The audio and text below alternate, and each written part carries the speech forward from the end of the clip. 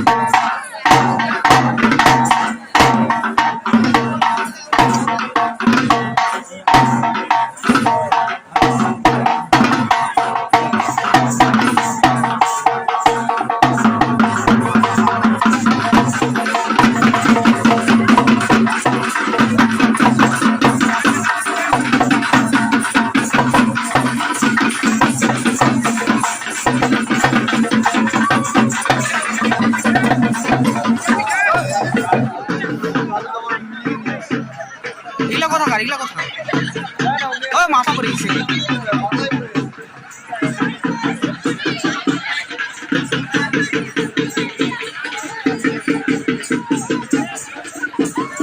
এদিকে একটা, এদিকে